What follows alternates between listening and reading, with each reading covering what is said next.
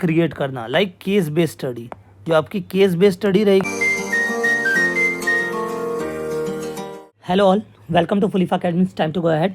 तो आज की क्लास में हम लोग बात करेंगे सीबीएसई के न्यू सर्कुलर के बारे में, जिसमें उन्होंने मैथ्स की क्लास 10th कि सेशन 2024-25 के सिलेबस के बारे में कुछ बातें करी है, जिसमें उन्होंने हमें कोर्स स्ट्रक्चर के बारे में बताया है, क्वेश्चन पेपर के डिज़ाइन के बारे में बताया है, इंटरनल असेसमेंट के मार्क्स का वेटेज के बारे में बताया है और चैप्टर डिटेल्स मैं आपको बता देता हूँ। तो चलिए भाई शुरू करते हैं। तो ये उन्होंने अपना कोर्स स्ट्रक्चर दिया था उस पीडीएफ में, जिसमें कि हमें दिख रहा है कि भाई नंबर सिस्टम जो फर्स्ट यूनिट है, जिसमें सिर्फ एक चैप्टर आ रहा है, वो चैप्टर है 6 मार्क्स का। ठीक है, तो ये मोस्ट इंपॉर्टेंट हो गया भाई, 6 मार्क्स का एक ही चैप्टर है, बहुत अच्छा। सेकंड यूनिट जो कि अलजेब्रा है, उसमें कितने चैप्टर आ रहे हैं? 2, 3, 4 और 5। ये 4 चैप्टर आपके 20 मार्क्स के आ रहे हैं। तो इसका मतलब ये नहीं है कि आप इसको डिवाइड कर दो कि लाइक ये 4 चैप्टर हैं 20 मार्क्स के, मतलब आपका हो गया 5-5 मार्क्स ईच चैप्टर।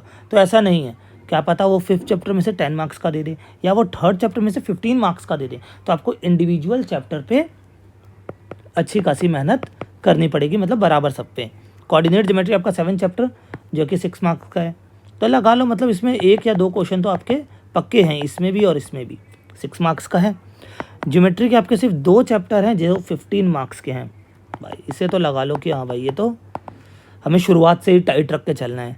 ट्रिग्नोमेट्री के सिर्फ 2 चैप्टर हैं, जिसमें जो 9 चैप्टर है सुपर ईजी है, सिर्फ आपको 8th पे मेहनत करने की ज़रूरत है। 12 मार्क्स का है, नॉट सो मतलब ज़्यादा लोड लेने की ज़रूरत नहीं है। ठीक है, अब ये आपका है, अगला है मेंसुरेशन, 2 चैप्टर हैं इसमें भी 10 मार्क्स के।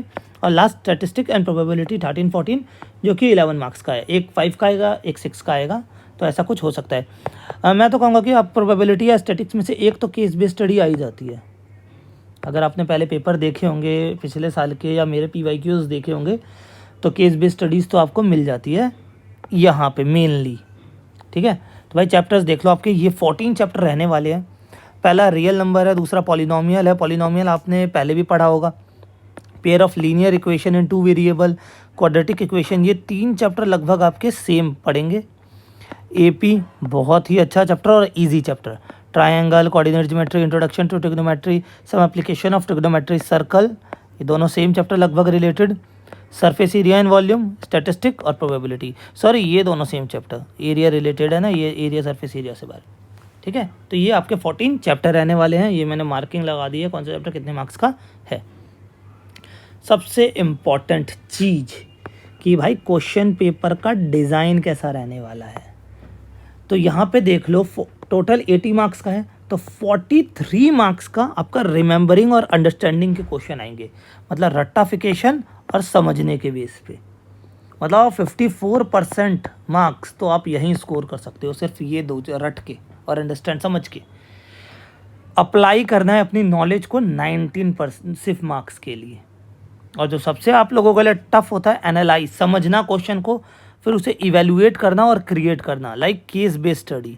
जो आपकी केस बेस्ड स्टडी रहेगी ना, वो मान लो आपका यहाँ से आएगा 18 मार्क्स का। ठीक है, टोटल आपका हो गया 80 मार्क्स का।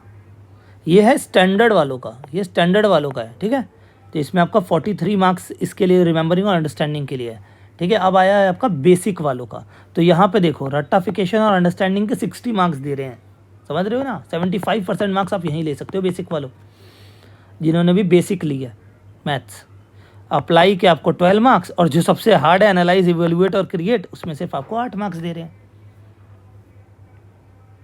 ठीक है, नेक्स्ट आपका इंटरनल असेसमेंट जो रहता है 20 मार्क्स का, उसमें क्या है, पेन पेपर टेस्ट जो आपके यूनिट टेस्ट वगैरह जो भी ये लेंगे, मल्टीपल असेसमेंट जो भी रहेगा 10 मार्क्स का रहेगा सिर्फ। पोर्टफोलियो रहेगा 5 मार्क्स का, और लैब प्रैक्टिकल जो भी आपकी फाइल वाइल बनेगी वो 5 मार्क्स की।